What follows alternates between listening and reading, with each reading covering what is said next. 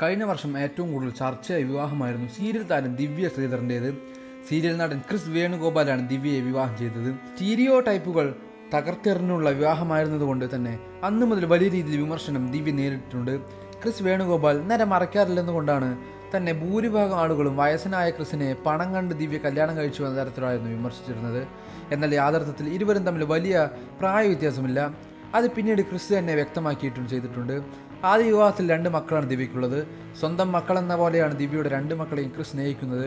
ജീവിക്കുന്നുവെന്ന തോന്നൽ തനിക്ക് വന്നത് ക്രിസിനെ വിവാഹം ചെയ്ത ശേഷമാണെന്ന് ദിവ്യ തന്നെ പറഞ്ഞിരുന്നു. എല്ലാ പൊതുപരിപാടികളിലും TV ഷോകളിലും ഇരുവരും ഒരുമിച്ചാണ് പങ്കെടുക്കാറുള്ളത്. മനസ്സിൽ തോന്നുന്നത് മടികൂടാതെ പറയുകയും പെരുമാറുകയും ചെയ്യുന്ന രീതിയാണ് ദിവ്യയുടേത്. അതിൻ്റെ പേരിലും ദിവ്യ വിമർശിക്കപ്പെട്ടിട്ടുണ്ട്. ഇപ്പോഴത്തെ നേരം ദി റൈറ്റ് ടൈം എന്ന യൂട്യൂബ് ചാനലിൽ നൽകിയ പുതിയ അഭിമുഖത്തിൽ വിമർശങ്ങൾക്ക് മറുപടി നൽകിയിരിക്കുകയാണ് നടി.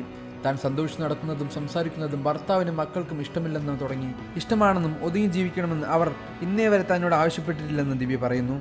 താൻ ചോദിക്കുന്ന ഒരേ ഒരു ചോദ്യമേ ഉള്ളൂ, 32 വയസ്സിലാണ് ഞാൻ ഡിവോഴ്സ് കൊടുക്കുന്നത്.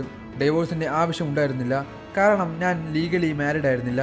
പുള്ളി ആദ്യം ഒരു വിവാഹം കഴിച്ച വ്യക്തിയായിരുന്നതുകൊണ്ട് ഞാനുമായുള്ള വിവാഹം രജിസ്റ്റർ ചെയ്തിരുന്നില്ല. എനിക്കിപ്പോൾ 41 വയസ്സാണ്. ഇന്ന് ജീവിച്ചാൽ ജീവിച്ചു എന്നേ ഉള്ളൂ. ഇനിയും ഒരു 41 വർഷം കൂടി എനിക്ക് ആയുസ് നീട്ടിക്കിട്ടുമെന്ന് എന്താണ് ഉറപ്പ്? ആർക്കെങ്കിലും അതിൽ ഉറപ്പുണ്ടോ? ഒരാൾക്കും ഒരു ഗ്യാരണ്ടിയും പറയാൻ പറ്റില്ലല്ലോ. 32 വയസ്സുവരെ ദൈവം ദാമ്പത്യ ജീവിതം തന്നപ്പോൾ എനിക്ക് ആസ്വദിക്കാനോ എന്നെ സന്തോഷിപ്പിക്കാനോ പറ്റിയില്ല. എൻ്റെ അത്രയും ചെറിയൊരു പ്രായമാണ് എനിക്ക് നഷ്ടപ്പെട്ടത്. അത് ഇനി ഒരിക്കലും തിരിച്ചെടുക്കാൻ പറ്റില്ല. ഏട്ടൻ കൊള്ളാം, ക്രിസ് നല്ലൊരു വ്യക്തിയാണ്, പക്ഷേ എനിക്ക് കുറച്ച് ഇളക്കം കൂടുതലാണെന്ന് പറയുന്നത്. ഞാൻ ചാടി കളിക്കുന്ന വ്യക്തിയാണ്, അത് എനിക്ക് ഒരിക്കലും മാറ്റാൻ പറ്റില്ല. ഞാൻ ഒന്ന് ഒതുങ്ങി സംസാരിക്കണമെന്ന് വെച്ചാൽ ഏട്ടൻ പറയും ഇതെൻ്റെ കുഞ്ഞുമോളല്ലെന്ന്. അമ്മ ഇങ്ങനെ ആവേണ്ട, അമ്മ എങ്ങനെയാണോ അങ്ങനെയായാലും മതിയെന്ന് മക്കൾ പോലും പറയും. അമ്മയ്ക്ക് ഈ കുട്ടികളെ ചേർന്നുവെന്ന് പറയും.